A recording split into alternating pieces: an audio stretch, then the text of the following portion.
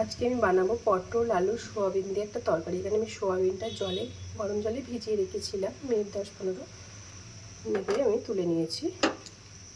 এখানে আমি কেটে নিয়েছি পটল, 5টা পটল আছে আর ছোট সাইজের 5-6টা আলু আছে। আমি কেটে ধুয়ে পরিষ্কার করে রেখেছি।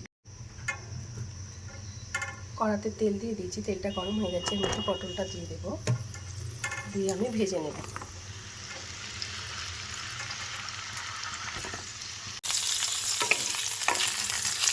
পটলটা আমার ভাজা হয়ে গেছে, এবার আমি পটলটা তুলে নেব। পটলটা আমি তুলে নিয়েছি, এর উপরে দিয়ে দেবো সোয়াবিনটাকে আমি ভেজে নেব।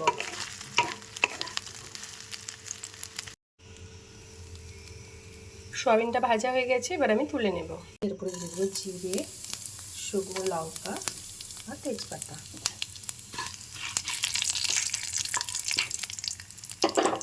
ওটা থেকে একটা সুন্দর বাস বেরিয়ে গেছে, এর উপরে দিয়ে দেবো টমেটো কুচি।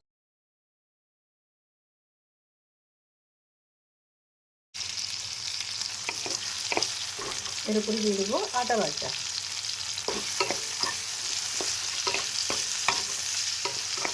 আমি এটা নিরামিষ করবো, এর মধ্যে রসুন পেঁয়াজ আমি কিছুই দেবো না।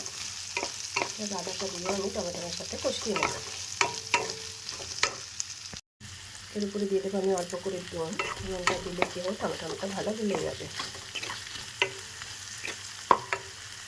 এর উপরে আমি দিয়ে দেবো লঙ্কা গুঁড়ো, লাল লঙ্কার গুঁড়ো, হলুদ গুঁড়ো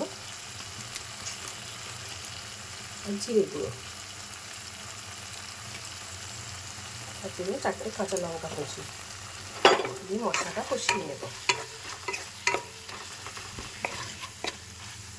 মশলাটা আমার কষিয়ে নেওয়া হয়ে গেছে।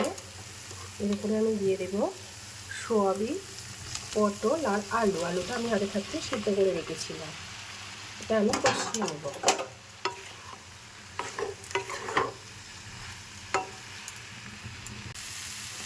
মশলাটার সাথে আমার সোয়াবিন, আলু, পটল দিয়ে কষিয়ে নেওয়া হয়ে গেছে। এর উপরে আমি দিয়ে দেবো জল,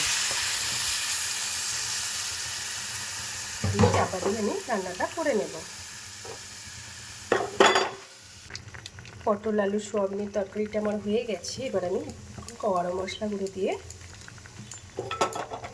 মিশিয়ে দেব, দিয়ে এটা আমি নামিয়ে নেব।